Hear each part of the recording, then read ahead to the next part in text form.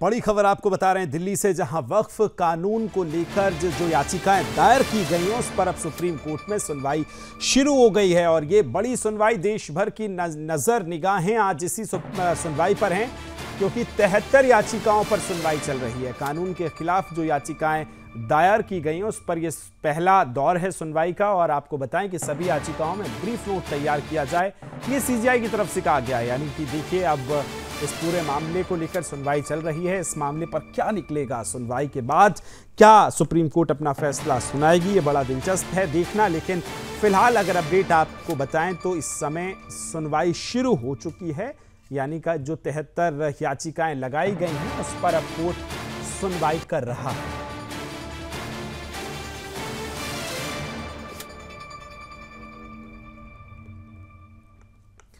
तो आपको बता दें, वक्फ कानून के विरोध में 73 कुल याचिकाएं लगाई गई हैं जो लोग कानून का विरोध करते हैं। अब लिहाजा सुप्रीम कोर्ट ने उन याचिकाओं पर आज चर्चा होनी है, याचिकाओं पर सुनवाई होनी है। हम एक एक कर नाम लेंगे। ये देखिए, पॉइंटर्स आते जा रहे हैं सीजीआई की तरफ से। जो कहा जा रहा है वो ब्रेकिंग न्यूज में बता रहे हैं, कोई भी दलील दोहराएगा नहीं। यानी एक एक कर नाम लिया जाएगा, उस हिसाब से फिर बातचीत होगी, फिर इसी हिसाब से सुनवाई की जाएगी। किसी तरह का कंफ्यूजन क्रिएट नहीं होगा। हम सभी को नहीं सुन सकते, हम आज सभी को नहीं सुन सकते, एक एक कर नाम लेंगे। यानी ये सुनवाई आगे भी बढ़ सकती है। फिलहाल सीजीआई की तरफ से कहा है कि हम एक साथ सभी को नहीं सुन सकते, इसलिए क्रमशः कोई दोहराएगा नहीं दलीलें, एक के बाद एक सुनवाई होगी ताकि किसी तरह का कोई कंफ्यूजन क्रिएट ना हो।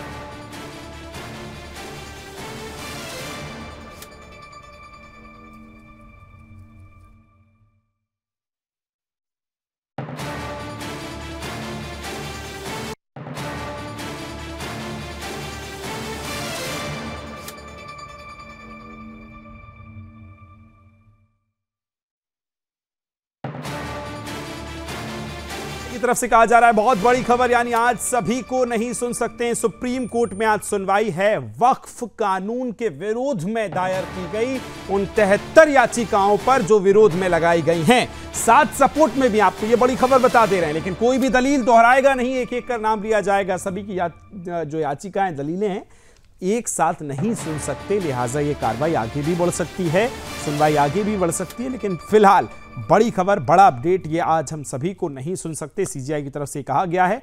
और ऐसे में ये बड़ा आज का दिन है जो आज 73 याचिकाओं पर सुप्रीम कोर्ट में सुनवाई चल रही है।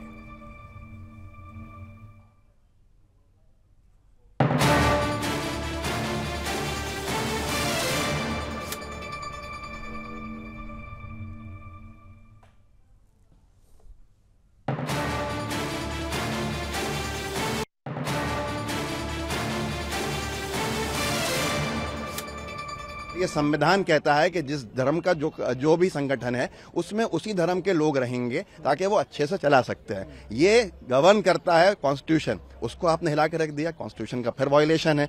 ऐसे में कई सारे ऐसे उल्लंघन हैं, जैसे लिमिटेशन एक्ट का लगाना। लिमिटेशन एक्ट के बाद कितनी सारी ऐसे लोग हैं जो संपत्तियों को खाने के लिए आगे आ जाएंगे, हड़पने के लिए। जब लिमिटेशन एक्ट लागू हो जाएगा, धार्मिक ट्रस्ट में नहीं होता था, ऐसे सीधे तौर के ऊपर वक्फ को कमजोर करने के लिए बनाया गया कानून, जिसको कहा जा रहा है मजबूती देंगे। इसके लिए हम सुप्रीम कोर्ट आए, उम्मीद है स्टे मिलेगा और आगे ये फाइनल ऑर्डर के ऊपर हटेगा भी। सर, एक सीधी बात करें कि भाई ऐसी कौन सी पावर इस एक्ट में सरकार को मिल गई जिससे वो वक्फ की संपत्तियों पे कब्जा? सीधे तौर के ऊपर लिमिटेशन एक्ट का लगाना 12 साल का।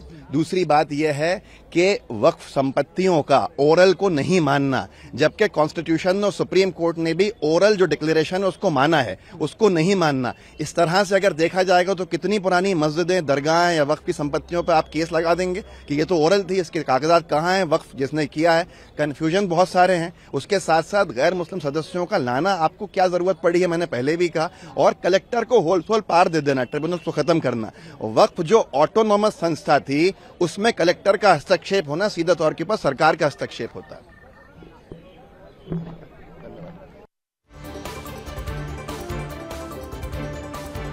इससे अब्बास हफीज कह रहे हैं कि किस तरह से सुनवाई जो है वो चल रही है और उनकी जो याचिकाएं हैं उस पर सुनवाई हो। अब्बास हफीज ये कह रहे थे कानून के खिलाफ जो 73 याचिकाएं वक्फ कानून के खिलाफ दी गई हैं उस पर अब